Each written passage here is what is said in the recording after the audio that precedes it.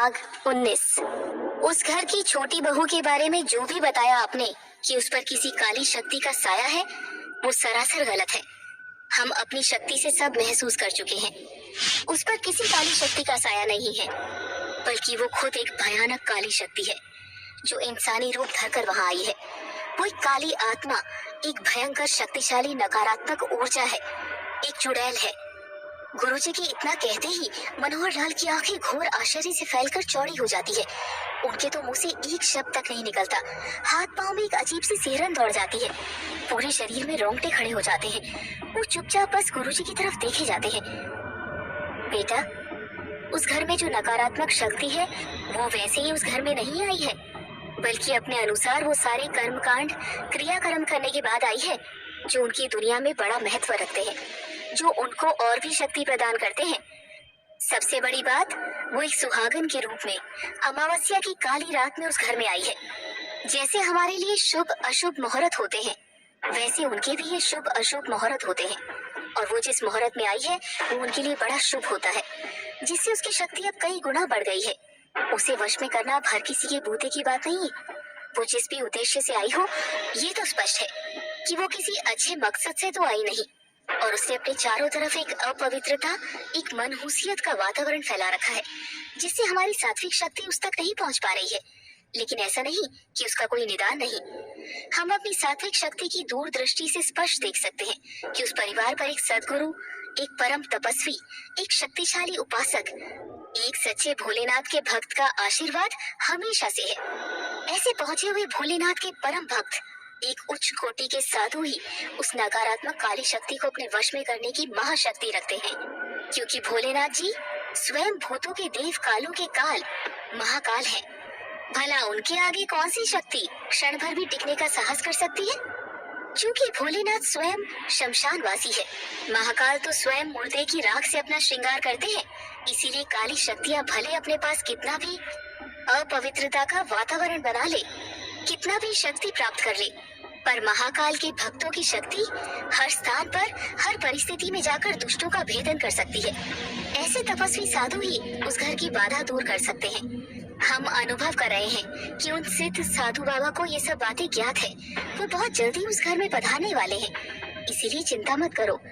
इतना ध्यान रखो कि पूरी शक्तियां भले ही कितनी शक्तिशाली क्यों न हो जाएं, पर उनकी उम्र बहुत छोटी होती है, क्योंकि सर्वशक्तिमान सिर्फ एक ही है, वो ईश्वर। हाँ, तुम राम सेवक, परम राम भक्त श्री हनुमान जी की शरण में आए हो, जो स्वयं भोलेनाथ का अंश अवतार है। जिन्होंने प्रभु श्री राम के समस्त संकट हरे, वो भला अपनी शरण में आए हुए को कैसे निराश जाने देंगे अपने दर से? इसीलिए जब तक वो सिद्ध महात्मा उस घर में नहीं आ जाते, तब तक हम आपको ऐसी चीज देते हैं जिससे वो शक्ति ज्यादा कुछ नहीं बिगाड़ पाएगी। बस हनुमान जी की शक्ति के मामले में शुद्धता और पवित्रता का विशेष ध्यान रखना पड़ेगा, तभी ये अपना प्रभाव यथावत रख पाएगी। और वो नकारात्मक शक्ति उस पवित्रता को खंडित करने का हर संभव प्रयास करेगी। इसलिए आने वाले दिनों में बहुत सावधान रहना होगा। पूजा पाठ किसी भी हाल में बंद नहीं होने चाहिए। शुद्धता का विशेष तौर पर ध्यान रखना ही होगा, वरना पवित्रता खंडित हुई तो उस घर में विद्यमान नकारात्मक शक्ति और कई गुना शक्तिशाली हो जाएगी। ये लो, ये राम नाम की सिद्धि 6 अंगूठियां और ये ओम लिखा हुआ 6 मालाएं, इन्हें मैंने हनुमत मंत्रों द्वारा सिद्ध और जागृत कर दिया है। इनका प्रभाव जब तक शुद्धता बनी रहेगी तब तक बराबर बना रहेगा। एक बात और हम प्रमुखता से कहना चाहते हैं, उस सुहागन नकारात्मक शक्ति का उस घर में ही कोई सुहागन स्त्री सफलतापूर्वक सामना कर सकती है। कोई भी कितनी बड़ी, कितनी ही नकारात्मक, शक्तिशाली, बुरी बला क्यों न हो, वो एक सुहागन स्त्री जो मन, कर्म, वचन से पतिव्रत धर्म का पालन करने वाली, शुद्ध निश्चल हृदय वाली और अपना आचरण शुद्ध और धर्म अनुसार रखती है, उसका कभी ये बुरी शक्तियाँ बाल भी बांका नहीं कर सकती।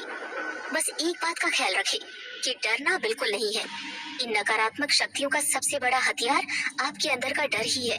जब तक आप निडर हैं, तब तक वो आपको कोई नुकसान नहीं पहुंचा पाएगी। माता सीता को रावण छल से हर कर ले अवश्य गया था, पर उनका बाल भी बांका नहीं कर पाया, क्योंकि माता सीता पतिव्रत धर्म की वो पराकाष्ठा है जिसके आगे संपूर्ण सृष्टि, तीनों लोक और स्वयं ईश्वर भी नतमस्तक रहते हैं। एक चरित्रवान गुणी स्त्री पूरे घर को अपने कंधों पर तारने की क्षमता रखती है। सावित्री की तेज के आगे तो यमराज तक को झुकना पड़ा था। हम जो भी करें नियम पूर्वक करें। जहाँ तक हो सके उस पे कभी नागा नहीं होना चाहिए। नियम में तो वो शक्ति होती है जो ईश्वर को भी विवश कर दे। थोड़ा बहुत ऊपर नीचे तो चलता है, पर जहाँ तक हो धर्म का पालन अपनी क्षमता अनुसार अवश्य करना चाहिए। ऐसा नहीं कि एक व्यक्ति जो घंटों पूजा करता है उससे ही ईश्वर प्रसन्न रहते हैं, बल्कि जो साफ शुद्ध मन से यदि नियम से नित्य एक दीपक भी जलाता है तो वही पर्याप्त है। आप किसी पत्थर को भी यदि नियम से पूजो तो उस पे एक दिन दिव्य शक्ति आ जाती है। ईश्वर तो कण कण में व्याप्त है, बस उसे पहचानने वाली नजर होनी चाहिए। जिसे स्वयं राम रखे उसे भला कौन चखे। अब काफी समय हो गया है, आप प्रस्थान कीजिए। और हाँ, संभल कर सावधान होकर जाना, क्योंकि उस शक्ति को अभी ज्ञात हो चुका है कि तुम किस उद्देश्य से यहाँ आए हो। वो तुमको भी नुकसान पहुँचाने का भरसक प्रयास करेगी। अभी तो ये सब सिद्ध वस्तुएं तुम्हारे पास है, तो तुमको ज्यादा डरने या चिंतित होने की कोई आवश्यकता नहीं। अब जाओ। आने वाले कुछ दिन जरूर उस घर में भारी है, पर ज्यादा कुछ नहीं बिगड़ेगा। जैसा हमने बताया वैसा ही करना। ईश्वर आप सबकी रक्षा करे। मनोहर लाल गुरुजी से अंगूठियां और मालाएं लेकर वहां से चल पड़ते हैं। सुन रहे हैं